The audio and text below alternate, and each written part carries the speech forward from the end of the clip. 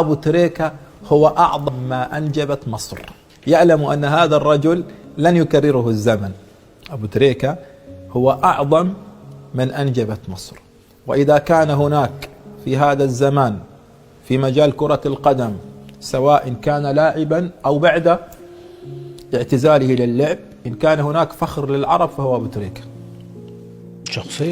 شخصية ما تتكررش. ما تتكررش والله العظيم. ليه بقى؟ ايه يعني يعني ايه اللي بيميز ابو تريكة؟ بص، قائد دمه خفيف، دايما ينصحك، دمه خفيف جدا. لما في مشكله بهدوء بيحلها، مش عايز يظهر انا اللي عملت كذا وانا اللي رحت جبت كذا وانا اللي قلت له مش عارف يعمل ايه. ما بيقولش الكلام ده، هو بهدوء كده. انت لعيب كويس، حافظ على نفسك، اعمل كذا اعمل كذا، بهدوء، من غير بقى ما يبقى عايز شو، من غير ما. وشخصيا انا الصراحه يعني من الناس اللي بعزها جدا جدا جدا. اتشرفت ان انا اتعاملت معاه، ودايما انا دايما على تواصل معاه، كل فتره ببعت له ويرد عليا. شخصيه جميله الصراحه، متواضع جدا جدا جدا. وخلي بالك انا قلت الكلام ده في عز مشاكل ابو تريكة. لا كلاعب كوره طبعا، وشخصيه نجم كبير، والله وشخصيه اكتر، محترم جدا. طبعا شخصيه. انا سمعت ناس بتحكي عليه كلام في النادي الاهلي، بثبت لنفسي ان هو كده. ابو تريكة الوحيد اللي انا اتكلمت معاه قلت له انت مش هتيجي تلعب، انت هتيجي عشان تبقى دايما مع اللعيبه، تقعدوا تقروا قران مع بعض، بتتكلم انت مع اللعيبه، بتحمسهم و حاجات كتير قوي. رفض ليه؟ هو مش عاوز يجي، لا بيقول انا ما يجيش وانا مش هلعب، باخد مكان لعيب ممكن يلعب. ده كان راي ابو تريكة. كانوا كل يوم قبل النوم بعد العشاء نقعد نقرا قران. فانا قلت له ابو تريكة نقرا قران، كلهم احمد حسن موجود وده موجود وده موجود، وكلهم يعني يعرفوا ربنا بشكل كويس قوي، عارف انت ازاي؟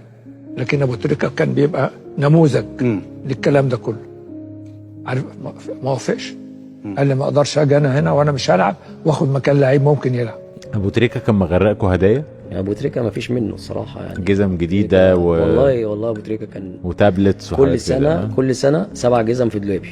ما تجيبش حاجه، انت بتاخدش مرتب كويس، جزمك معاك. كنا مره رايحين قطر ماتش بايرن ميونخ، كنت في الطياره وكله معاه ايبادات وبتاع، حاجات اللي هي كانت لسه طالعه ديت، عمالين نبص وبتاع يعني مش مشكله لما اتفرج يعني.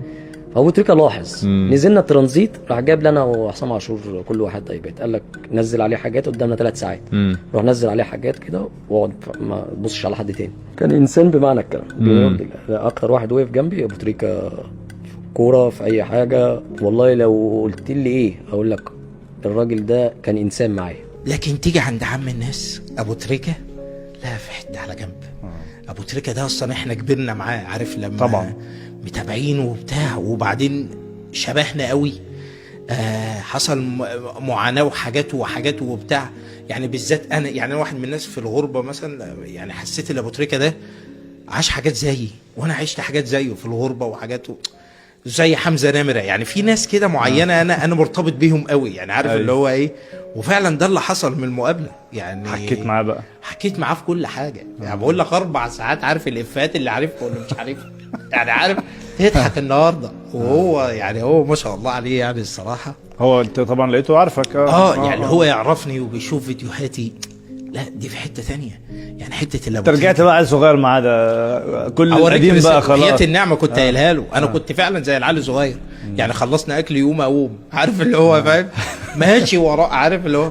فهو بالنسبه لنا لا يعني لا رمز وكلام يعني، كلام كتير قوي. زي ما قلت لك قصصه شبهنا. ايوه. وهو زي ما هو ابن بلد وعفوي. عايز اقول لك انا كنت منسق اعلامي للمنتخب ما بين 2011 و2013. ومن احلى الحاجات اللي الواحد يحتك بعدد من النجوم يعني. بس ابو تريكة تحديدا بما ان احنا بنتكلم عليه يعني، كان اللي هو ايه ممكن مثلا فابو تريكة كان انا معدي كده انا واسلام، قال لك تعالى اعزمكم على ايس كريم. قعدنا 3-4 ساعات ترغي معاه. حاجه شخصيه جميله وعارف انت عادي على الله يعني، مفيش حاجه الموضوع مع ان انت هو وقتها بقى في عز ما هو بيلعب، في عز كل حاجه ابو تريكة. اول تعامل ما بيننا وما بين كابتن محمد ابو تريكة، كنا طالعين كلنا معظمنا من الشباب بعد كاس العالم والشباب وكده. كنا اكتر من مثلا من 8 لعيبه. فاول تعامل ما بيننا وما بينه لقيناه جايب لنا جزم، كلنا جزم كوره، والجزمه ساعتها كانت تعدي ال5 6000 جنيه ساعتها، ما شاء الله يعني. ابو تريكه ابو تريكه اهو. جاب لكل واحد فيكم جزمه؟ ابو تريكه اول تعامل ما بيننا وما بينه. الجزمه كانت ب5 6000 جنيه. ده دفع رقم وقدره. والله انت مش محتاج تعمل معانا كده طبعا، مش محتاج. احنا اصلا احنا اللي نعمل معاك كده، ونتشرف اللي احنا اصلا موجودين معاك ونتصور معاك اصلا. انت ما تعرفش احنا بندعي من ربنا اللي احنا نطلع الدرجه الاولى عشان مستقبلنا، ثم عشانك، عشان ابو تريكه. طبعا عشان نشوفه. كنتوا بتبقوا عايزين تطلعوا تشوفوا ابو طبعا. تريكه. طبعا كمية التواضع والتلقائية والاحترام والإنسانية في ربنا يشفيه ويعافيه يا رب. ده أبو تريكة يا جماعة، أنتم متخيلين؟ يروح جايب لنا احنا جزم، والجزمة كانت تعمل رقم، واحنا ساعتها برضو كانت الحياة عارف اللي هو ايه. لسه صعبة بقى. صعبة، بس الدنيا ماشية الحمد لله برضو. بنقبض بس مش جايب اعلى جزمة يعني، مش احسن جزمة يعني. يعني انا مش هاخد القبض بتاعي اجيب بيه جزمة ب5 6000 جنيه يعني. احنا كنا بنصلي ونتعشى ونطلع. اوكي. فطالعين في الاسانسير، قلت له يا كابتن هتجيب جون ان شاء الله، بس لو جبت جون هتجيب لي تليفون. قال لي ان شاء الله. انا ولا في دماغي ولا اي حاجه، رميت الكلمه كده وخلاص، مش مستني بقى مش يعني. فارقه معايا. والله العظيم يا امير. وجاب الجول. جاب الجول وخلصنا في اوضه اللبس، قعدنا نهزر ونحتفل وكل وانت حاجه. وانت ناسي موضوع الطلب بتاعك ده ولا في دماغي.